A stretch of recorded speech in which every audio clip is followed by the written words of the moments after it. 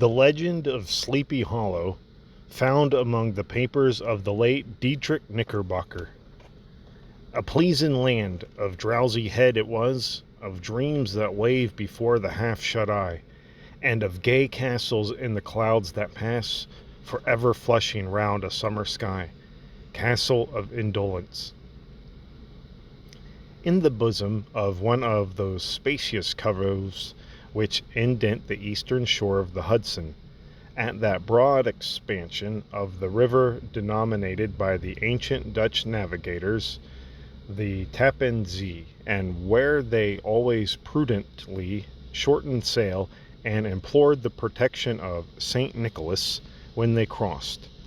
there lies a small market town or rural port, which by some is called Greensburg, but which is more generally and properly known by the name of Tarrytown. This name was given, we are told, in former days by the good housewives of the adjacent country, from the inveterate propensity of their husbands to linger about the village tavern on market days. Be that as it may, I do not vouch for the fact, but merely advert to it for the sake of being precise and authentic. Not far from this village, perhaps about 2 miles, there is a valley, small, or rather lap of land among high hills, which is one of the quietest places in the whole world. A small brook glides through it with just murmurs enough to lull one to repose, and the occasional wisp of a quail or tapping of a woodpecker is almost the only sound that ever breaks in upon the uniform tranquillity.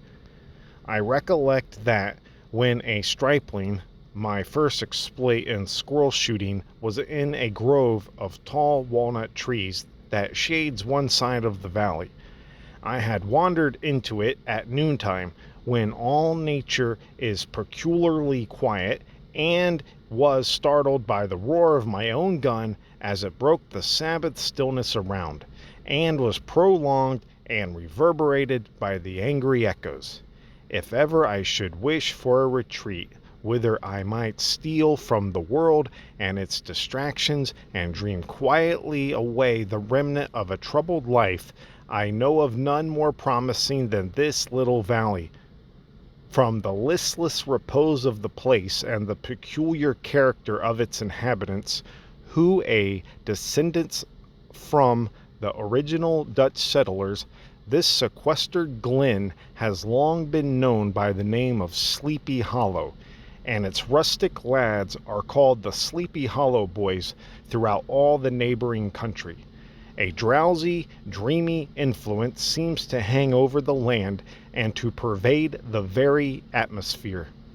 Some say that the place was bewitched by a high German doctor during the early days of the settlement.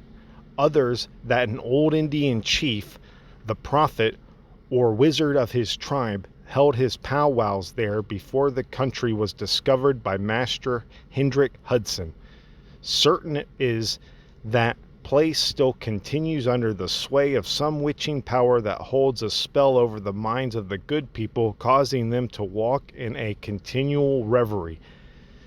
They are given to all kinds of marvelous beliefs, are subject to trances and visions, and frequently see strange sights and hear music and voices in the air. The whole neighborhood abounds with local tales, haunted spots, and twilight superstitions. Stars shoot and meteors glare often across the valley than in any other part of the country, and the nightmare, with her whole ninefold, seems to make it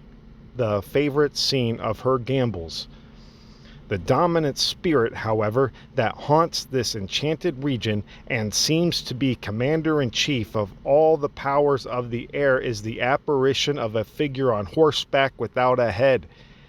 It is said by some to be the ghost of a Hessian trooper, whose head had been carried away by a cannonball in some nameless battle during the Revolutionary War, and who is ever and anon seen by the country folk hurrying along in the gloom of night, as if on the wings of the wind. His haunts are not confined to the valley, but extend at times to the adjacent roads, and especially to the vicinity of a church at no great distance. Indeed, certain of the most authentic historians of those parts, who have been careful in collecting and collating the floating facts concerning this spectre, allege that the body of the trooper having been buried in the churchyard, the ghost rides forth to the scene of battle in nightly quests of his head, and that the rushing speed with which he sometimes passes along the hollow like a midnight blast is owing to his being belated and in a hurry to get back to the churchyard before daybreak. Such is the general purport of this legendary superstition, which has furnished materials for many a wild story in that region of shadows, and the spectre is known at all the country firesides by the name of the Headless Horseman of Sleepy Hollow.